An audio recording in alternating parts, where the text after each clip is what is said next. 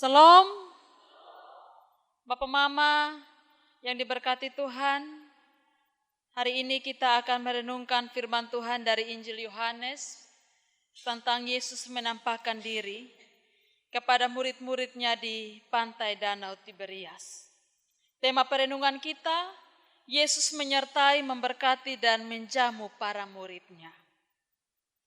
Kita ada pada masa penampakan Yesus kepada murid-murid. Jadi setelah kebangkitan Yesus menunjukkan dirinya kepada murid-murid. Karena ia mau memberitahukan kepada murid-murid bahwa dia adalah Allah yang hidup. Dia Yesus yang hidup. Dia Yesus yang menyertai, dia Yesus yang memberkati. Dan setiap murid yang setia untuk mendengar dan mau melakukan kehendak Allah, perintah Allah, amanat Allah, dia akan dijamu olehnya. Kita dalam pembacaan ini, kita menjumpai para murid, mereka menjala ikan di pantai, di Danau Tiberias. Aktivitas para murid pergi ke danau dan menangkap ikan, itu bukan karena para murid mau kembali untuk menjalankan apa yang dulu pernah mereka lakukan. Mereka pernah menangkap ikan sebelum mereka dipanggil mengikuti Yesus sebagai murid Yesus. Jadi aktivitas untuk kembali menangkap ikan tidak bisa dipandang sebagai kembali ke pekerjaan semula karena merasa duka cita ditinggalkan oleh Yesus. Melainkan mereka sudah menerima pesan dari Yesus untuk pergi ke Galilea. Dan di sana mereka akan menerima perintah Yesus. Jadi aktivitas para murid yang mereka lakukan di pantai, di danau, ini dilakukan selama mereka menunggu waktu yang dikatakan oleh Yesus. Jadi sambil menunggu, mereka juga tetap beraktivitas seperti semula mereka bekerja. Upaya para murid sepanjang malam dalam pembacaan kita, menjelang pagi tidak menghasilkan apa-apa. Tidak ada ikan yang berhasil ditangkap dalam jala. Dan Tuhan Yesus datang menjumpai mereka di tepi pantai. Di waktu yang tepat sebelum mereka berhenti berusaha. Yesus dan murid-muridnya pernah ada di danau. Di Injil Matius menyaksikan kepada kita bahwa Yesus dia pernah menjumpai para murid di atas perahu dengan berjalan di atas air. Dan dalam pembacaan kita, kini kebangkitan Yesus, dia berdiri di pantai. Karena sekarang murid-murid yang harus menuju ke arah Yesus. Ini mengajarkan kepada kita, Bapak, Mama, Saudara, bahwa Yesus itu sudah datang. Dia sudah menjumpai kita. Karena itu kebangkitan Yesus memberi pesan bagi kita, saatnya kita yang mengalami kebangkitan, peristiwa kebangkitan Yesus, yang harus datang menjumpai Yesus. Yang harus datang ke arah Yesus. Sebab Yesus menunggu kita di pantai dan dia menyiapkan jamuan bagi kita. Yesus berdiri di pantai. Walaupun para murid sudah mengenal dia dengan akrab, tapi pada saat Yesus berdiri di situ, mereka tidak tahu bahwa itu adalah Yesus. Sebab mungkin mereka tidak terlalu mengharapkan melihat Tuhan Yesus di situ. Atau juga mungkin mereka mengira ada orang yang menunggu untuk membeli ikan mereka. Ini mau mengajarkan kepada kita, Bapak, Mama, Saudara, bahwa Yesus sering lebih dekat dengan kita daripada yang kita pikirkan. Dan ketika kita menyadari Yesus ada di dekat kita, itu menjadi penghiburan bagi kita. Yesus bertanya, "Hai anak-anak, adakah kamu mempunyai lauk pauk? Adakah ikan yang kalian tangkap?" Dan mereka menjawab, tidak ada. Sepanjang malam murid-murid berusaha. Mereka berulang-ulang membuang jala untuk mendapatkan ikan. Namun tidak ada seekor pun yang mereka dapat sampai hari menjelang pagi. Dan ketika saatnya sudah berhenti, mereka harus berhenti. Yesus menyuruh mereka menebarkan jala sekali ke sebelah kanan perahu. Dan hasilnya melimpah. Dan saat itulah Yohanes sadar bahwa yang menyuruh mereka dan memberkati mereka berlimpah itu adalah Tuhan. Makanya dia berkata, itu Tuhan. Bagian ini memang mengajarkan kepada kita bahwa Yesus tahu keberadaan kita. Dia tahu kalau kita itu bisa makan, bisa ke sekolah anak-anak atau tidak. Dia tahu kita ada dalam keadaan kosong. Dalam keadaan kosongnya kita dia tahu. Jadi ketika Yesus bertanya bukan berarti dia tidak tahu apa-apa. Karena justru dia tahu murid-murid itu kosong, tidak mendapatkan ikan. Dia bertanya dan dia mendapatkan kejujuran dari para murid bahwa tidak ada.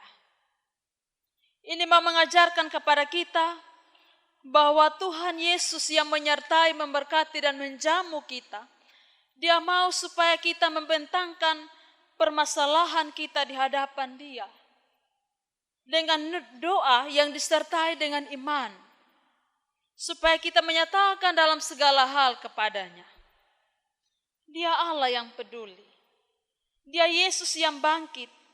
Yesus yang peduli dengan seluruh kehidupan kita. Bapak, Mama, Saudara, ini mau kasih ingat kita bahwa janji penyertaan dan janji berkat Tuhan itu dia bisa kita peroleh disertai dengan usaha, disertai dengan kerja keras. Jadi ketika Yesus bilang, tebarkanlah jalamu di sebelah kanan, itu Yesus menyatakan penyertaannya. Maka akan kamu peroleh. Itu Yesus bilang, itu berkat ada di situ. Ini mau mengajarkan kepada kita bahwa Tuhan tahu kosong dan kebutuhan kita. Tuhan tahu keadaan kita. Dia menolong kita. Dia memberi langkah bagi kita untuk kita bekerja, untuk kita berusaha. Tuhan Yesus hadir bagi kita saat kita beraktivitas dengan pekerjaan sehari-hari. Tuhan tidak saja menjumpai kita di saat kita ada dalam ibadah-ibadah, tapi juga menjumpai kita dalam pekerjaan-pekerjaan kita. Kehadiran Allah, kehadiran Yesus tidak pada ibadah-ibadah saja, tapi kehadiran Allah ada pada pekerjaan kita juga. Ia hadir di saat yang tepat, ketika kita harus berjuang dan berusaha, hingga lelah dan belum berhasil. Karena Tuhan Yesus tidak pernah membiarkan kita gagal dan kosong. Asalkan kita sungguh-sungguh berusaha dan tidak diam menunggu. Ada waktu tepat bahwa Tuhan Yesus akan datang menolong dan mengarahkan langkah kita. Dan kita menunggu terus dengan giat bekerja. Kalau kita giat bekerja, itu adalah wujud sikap orang yang layak diberkati. Kalau kita bekerja, maka kita layak diberkati. Kita berusaha, maka kita layak diberkati. Tapi kita mengharapkan berkat Tuhan dan kita tidak berusaha untuk menebarkan jala kita, bagaimana itu berkat bisa kita peroleh? Ingat bahwa penyertaan dan berkat Tuhan itu kita peroleh kalau kita giat bekerja. Kita giat berusaha. Dan dalam pekerjaan, karena Tuhan hadir dalam setiap pekerjaan kita, maka bekerja itu dengan taat. Bekerja dengan setia, dengan tulus. Bapak, Mama, bersaudara, ini juga menjadi pesan penting bagi para murid, bahwa bukan sekedar menjala ikan dan dapat banyak. Tapi lebih penting daripada itu, mereka dipersiapkan untuk menerima janji Tuhan Yesus, amanat pelayanan yang akan Tuhan Yesus kasih. Karena itu peristiwa ini seperti mereka mendengar perkataan Yesus dan memperoleh banyak ikan, maka mereka juga akan mengalami hal yang sama. Ketika mereka bersiap diri untuk menjala dengan Injil Kristus, maka seperti banyaknya ikan yang mereka peroleh, demikian juga ketika jala Injil Kristus ditebarkan, maka banyak orang akan percaya kepada Yesus. Karena itu dalam peristiwa Pentakosta, Petrus dia berdiri dan berkhotbah, banyak orang yang bertobat. Jadi peristiwa Yesus menampakkan diri kepada murid-murid di pantai Danau Tiberias, mau meneguhkan iman mereka untuk siap menerima amanat pelayanan Yesus, dan pasti mereka berhasil. Bapak, Mama, semua hal yang kita alami dan nikmati asalnya dari Tuhan. Dan kita ada pada suatu pengakuan seperti Yohanes, itu Tuhan. Itu Tuhan yang buat, itu Tuhan yang kasih. Kita belajar dari Petrus, ketika Petrus mendengar kalau itu Tuhan, ia menunjukkan rasa hormatnya kepada Kristus dengan mengenakan pakaiannya, supaya ia dapat tampil di hadapan gurunya dengan pakaian terbaik yang dia miliki. Kalau di Injil Matius 14, Petrus ketika Yesus berjalan di atas air, dan Petrus tahu itu Tuhan Yesus, dia pernah turun dari perahu dengan hati-hati. Namun dalam pembacaan kita, ketika dia tahu itu Tuhan, dia terjun ke dalam danau. Ketika Yesus masih hidup dan ada bersama mereka dalam pelayanan, dia pernah meragukan Tuhan. Dia mau datang di Tuhan tapi dengan ragu-ragu. Dia turun, dan karena dia khawatir, dia ragu, dia penuh hati-hati di situ. Akhirnya dia hampir tenggelam. Dan dia bilang, Tuhan tolong dia di situ.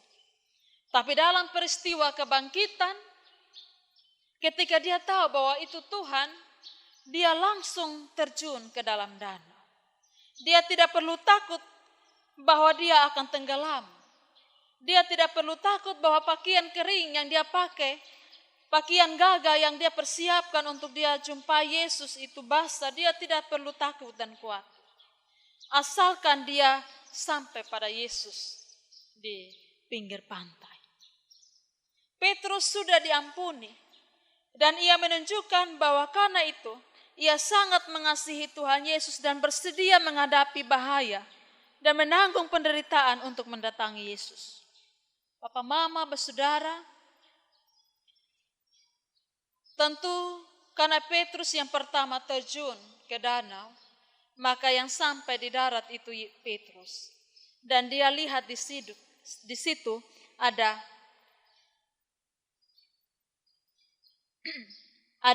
api di situ. Ada arang di situ. Ini mau meneguhkan dia punya iman, bahwa pada saat yang berbeda dalam peristiwa di depan api arang, dia pernah mengkhianati Yesus, menyangkal Yesus. Tapi ketika dia terjun, dia sampai pada Yesus. Dia lihat itu arang api, maka dia ada pada suatu pengakuan bahwa dia akan setia melayani Tuhan. Dia akan mengasihi Tuhan. Bapak, Mama, bersaudara, kita tidak bisa mencela Petrus karena dia menceburkan dirinya ke dalam danau dan cepat lihat Yesus. Dia dipuji karena semangat dan kasih sayangnya yang besar terhadap Yesus. Tapi juga ada murid-murid yang lain. Mereka mengasihi Kristus. Mereka juga datang kepada Yesus dengan membawa perahu dan jala yang penuh ikan.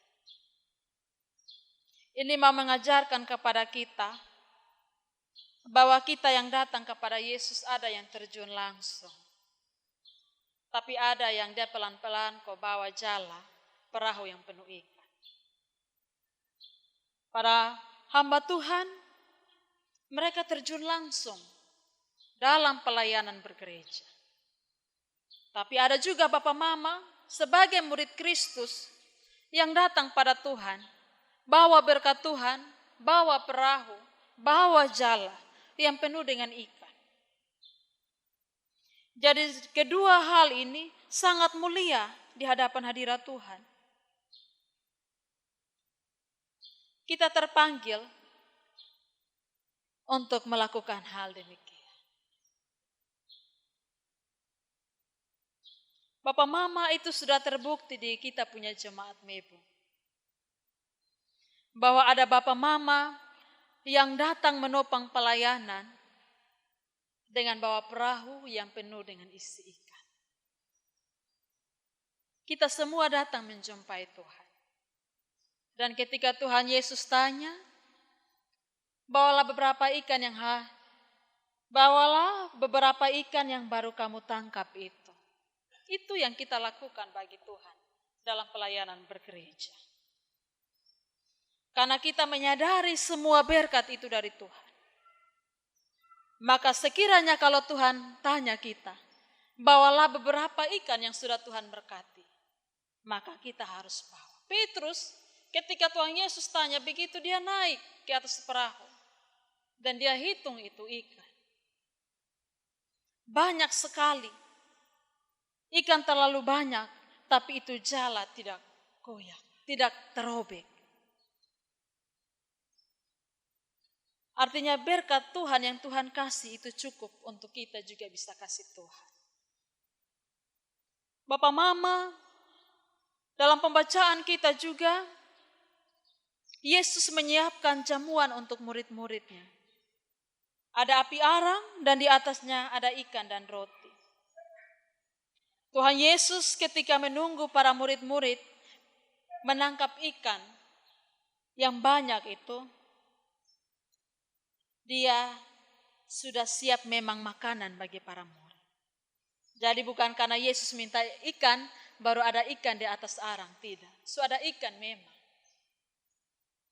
Tuhan Yesus menunggu para murid-murid dengan dia juga siap memang makanan. Ada sesuatu yang perlu kita kritisi dari kebiasaan kita yang harus kita rubah. Itu sering kita lakukan dan sekiranya kita merubah itu. Sering terjadi dalam kehidupan kita, hamba Tuhan sudah datang baru kita sibuk, coba masak. Kalau ada kasih tahu undang sesuatu untuk pelayanan, jangan hamba Tuhan datang baru sibuk coba masak, buat api. Yesus Kristus, dia menjamu para murid, dia menganggap bahwa muridnya itu sangat mulia untuk dia kasih makan. Karena itu dia siap memang semua. Para murid datang karena terlalu dingin dengan air sepanjang malam, mereka kasih hangat badan di api arang itu. Lapar menikmati itu berkat Tuhan.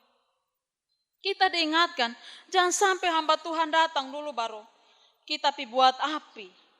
Bukannya hamba Tuhan dia cepat minum teh. Jangan sampai saya begini, tiba-tiba saya pergi di Bapak Mama pun rumah, saya sampai teh langsung sampai. Tapi ini maksudnya supaya ada sesuatu kebiasaan yang harus kita rubah. Para murid datang itu menjumpai api arang dan mereka menghangatkan tubuh. Jangan sampai hamba Tuhan datang dan dia menangis karena kita asap di belakang yang masih kita kipas itu. Roti dan ikan tusu ada memang di atas api dan siap dimakan. Jangan sampai hamba Tuhan datang juga baru kita cari ikan di laut. Cari beras di kios. Atau juga ayam baru kita tangkap. Hal-hal itu harus kita rubah. Bapak mama, saya punya mama itu dia umur 60-an. Sekarang tahun 67. Jadi namanya orang tua ada di kampung dengan etika moral yang terlalu dijaga. Jadi saya punya mama tuh dia akan pamali kalau orang datang dulu baru kita bersibuk di belakang. Dia bilang sebelum orang datang itu kita harus siap. Supaya orang tidak tahu apa yang kita masak kalau kita mau jamu. Orang tidak perlu dengar kita punya nyiru pembunyi. Atau dengar ayam pembunyi. Tidak perlu. Harus siap memang. Itu saya alami. Karena waktu saya di Rote, saya cafik di Baa, orang tua saya di kampung. Saya kasih tahu mama dan bapak, saya dengan majelis itu mau ke rumah. Mama tanya, tepat jam berapa sampai? Saya kasih tahu, memang waktu kami sampai, mama dan bapak tuh duduk manis, siap terima kami. Keluarga justru siap teh dan lain sebagainya. Saya bilang, bapak dan mama dong kerja dari jam berapa? Mama bilang, kalau kita siap makanan kasih orang, orang jangan tahu. Jangan cium ame itu bulu ayam. Tidak boleh. Bapak mama, ini menjadi pesan penting bagi kita. Bahwa hamba Tuhan yang datang mau menjamu kita dengan firman Allah yang dia siapkan. Dia diberkati dengan firman Allah, dia mau menyampaikan itu bagi kita. Dia juga harus menyampaikan itu dengan sukacita. Dan dia juga makan dengan sukacita. Jangan sampai dia sudah terlalu lapar, dia habis makan dia langsung cepat pulang, tidak bercerita dengan kita lagi karena dia waktu habis banyak di menunggu itu. Jadi dia akan cepat pulang kalau habis makan. Sekiranya kita menjadi seperti Maria yang duduk di kaki Yesus ketika kita membuat jamuan makan. Dalam setiap persekutuan. Supaya kita juga mendengarkan berita sukacita yang hamba Tuhan sampaikan bagi kita. Ini juga menjadi pesan bagi kita Bapak Mama. Bahwa Yesus itu juga mempersiapkan makanan bagi kita. Dia tanya itu ikan. Dan dia juga mau murid-murid merasakan itu ikan. Tuhan menjamu kita dengan berkat yang ada pada kita setiap hari. Apa yang kita makan, nah itu sudah yang Tuhan jamu buat kita setiap hari. Kebiasaan kita, anak-anak kita kurang gizi. Kita pelihara ayam banyak-banyak. Tamu datang dulu baru kita jamu kasih tahu. Anak-anak kita itu mengalami stunting. Rubah itu. Tuhan menjamu kita dengan apa yang ada pada kita. Jadi kalau ada ayam di situ, nah anak-anak juga makan. Kita harus merubah kebiasaan-kebiasaan kita yang tidak membawa dampak baik bagi kita. Jadi makan apa yang ada pada kita. Jangan tamu datang, nah tidak ada pada kita juga, itu tiba-tiba ada. Nanti kita perhatikan anak-anak, kalau mereka lihat makanan enak itu, ada tamu juga mereka mau makan itu karena setiap hari kita tidak kasih makan itu. Tamu datang baru kita kasih makan. Jadi mereka akan berdiri di pintu kau lihat, aduh kapan itu tamu makan habis kau saya makan. Kebiasaan-kebiasaan kita harus dirubah. Anak-anak juga perlu menikmati jamuan berkat yang ada dalam keluarga, bukan pada saat orang datang saja.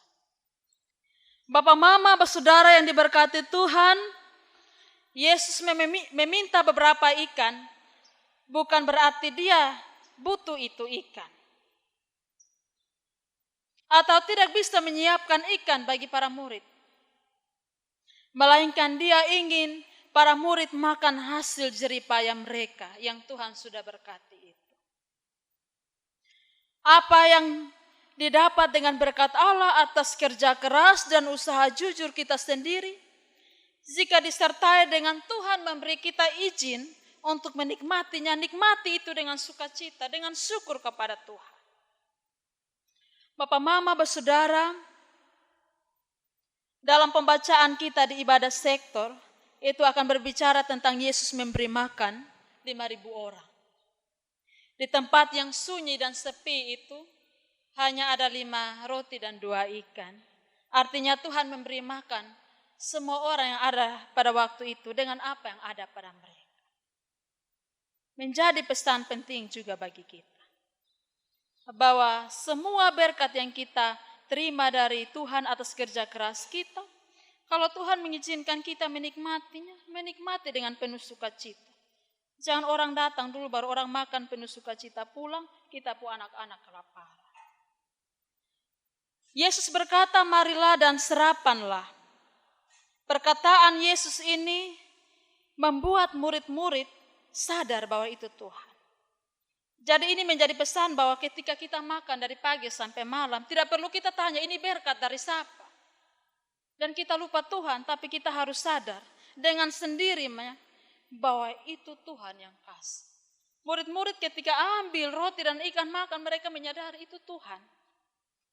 Tidak perlu Tuhan datang dan kasih tahu kita bilang itu tuh saya yang kasih. Tidak. Tapi dalam kesadaran bahwa karena kita hidup oleh berkat Tuhan, maka kita harus menyadari kehadiran Tuhan dalam hidup kita. Bapak Mama, ini juga menjadi pesan teologis bagi para murid. Bahwa Kristus adalah sebuah perjamuan makan. Karena itu marilah dan makanlah dia, makanlah Injil Kristus. Sebab dagingnya benar-benar makanan dan darahnya benar-benar minuman. Kristus itu sahabat kita. Karena itu marilah dan makanlah bersama dengan dia. Karena dia akan menyambut kita, menjamu kita. Bapak, Mama, Saudara, dalam perjalanan para murid dengan Yesus, seperti peristiwa Yesus memberi makan 5.000 orang dan 4.000 orang, Yesus kasih tahu para murid, kalian yang harus menjamu mereka. Tapi dalam peristiwa kebangkitan, bahwa Yesus menyiapkan kehidupan kekal bagi kehidupan orang percaya. Menjadi pesan bagi kita, bahwa kita semua yang menjamu orang lain, kita akan dijamu oleh Tuhan juga. Itu menjadi pesan penting bagi para murid. Bahwa mereka selama ini setia ikut Tuhan. Dan dalam peristiwa kebangkitan Yesus, Yesus akan menjamu mereka. Yesus memberi hormat bagi mereka, menghargai mereka. Itu juga akan kita alami dalam kehidupan kita. Menjadi pesan penting bagi kita para hamba Tuhan. Bahwa dalam pelayanan kita, kalau kita menjamu orang lain dengan Injil Kristus, dengan apa yang ada pada hidup kita, dengan berkat jasmani yang ada pada kita, maka Yesus dia juga akan menjamu kita kelak. Di ayat 13, Yesus mengambil roti dan ikan dan memberikannya kepada murid-murid. Artinya dia langsung sorong di murid-murid pun tangan. Ini mau menjadi pesan penting bagi kita. Bahwa kepada kita Tuhan sudah memberi kita dengan lunas. Dia sudah memberi kepada kita dengan lunas. Dan dia mau memberi kekuatan kepada kita. Supaya kita juga mampu melakukan hal yang sama. Sebab dia Tuhan atas tubuh kita. Bukan Tuhan yang membutuhkan kita untuk memberinya makan. Sebaliknya, kitalah yang membutuhkan Tuhan Yesus untuk memberkati kita. Ada kalanya kita salah paham. Seakan-akan kitalah yang menjadi berkat untuk Tuhan. Kita berjasa telah memberi apa yang Tuhan perlukan melalui gereja dan pelayanan kasih. Kita lupa bahwa sebenarnya kita ini awalnya kosong. Jadi tanpa Tuhan ini kita kosong seperti para murid. Tapi karena Tuhan yang kasih itu, maka kita harus mengucap syukur. Bukan kita yang menyediakan makanan untuk Tuhan. Sebagaimana para murid ketika tiba di pantai, mereka sudah tersedia ikan dan roti. Mereka menikmati itu dengan diam dan sadar bahwa itu Yesus, itu Tuhan. Maka ini menjadi pesan penting bagi kita. Bahwa Tuhan itu, Dia paling tahu kita pun kebutuhan.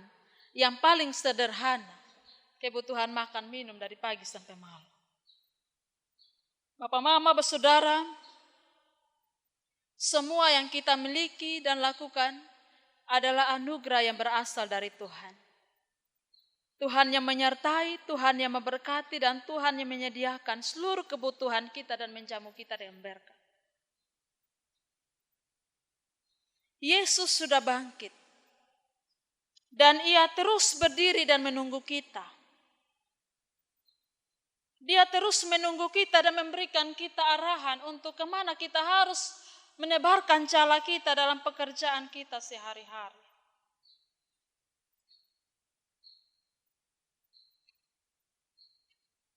Karena itu, kita harus menyadari akan hal ini. Karena Dia sudah bangkit dan berdiri menunggu kita. Maka dengan persembahan hasil kerja kita masing-masing, kita juga bawa kepada Tuhan supaya Ia berkati. Dan sesudah itu barulah kita akan menikmati bersama. Bapak, mama, mungkin kita orang yang profesional di bidang kerja kita masing-masing. Kita sudah berusaha maksimal, kita mampu mendapatkan tangkapan besar dalam setiap pekerjaan kita. Tapi tanpa anugerah Tuhan, kita tidak mendapat apa-apa. Kalau tanpa Tuhan, kita juga akan tetap kosong. Jadi, karena itu, Tuhan Dia terus berdiri di dekat kita dan mengarahkan kita supaya kemana jala kita dibuang. Kerjakan itu dalam ketaatan, ketulusan kepada Tuhan, penuh tanggung jawab. Sebab kalau Tuhan bilang, tebarkanlah jalamu di sebelah kanan, maka di situ Tuhan menjanjikan Dia punya penyertaan. Dan kalau Tuhan bilang, maka akan kamu peroleh, Dia pasti memberkati kita. Dan nats pembimbing kita di ayat 9 tadi. Ketika mereka tiba di darat, mereka melihat api arang dan di atasnya ikan dan roti. Karena sampai masanya kita sampai pada Tuhan, menjumpai Tuhan itu, Dia akan menjamu kita. Bapak, mama, keberhasilan kita dalam bekerja harus membawa hidup kita lebih dekat pada Tuhan dan mempersembahkan yang terbaik untuk Tuhan. Sebab keberhasilan para murid membuat mereka dekat dan datang pada Tuhan. Mereka duduk menikmati itu api yang hangat dan Tuhan kasih makanan langsung di tangan. Karena setiap orang yang berhasil, dia harus membawa hidupnya lebih dekat pada Tuhan. Dan mempersembahkan yang terbaik untuk Tuhan. Dan sambil ingat bahwa sesungguhnya di awal itu kita kosong dulu baru Tuhan isi kita dengan berkat. Karena itu Bapak, Mama, Saudara, kiranya firman Tuhan ini meneguhkan iman kita. Bahwa Tuhan Yesus menyertai, memberkati dan menjamu kita dengan berkat-Nya. Tuhan memberkati. Amin.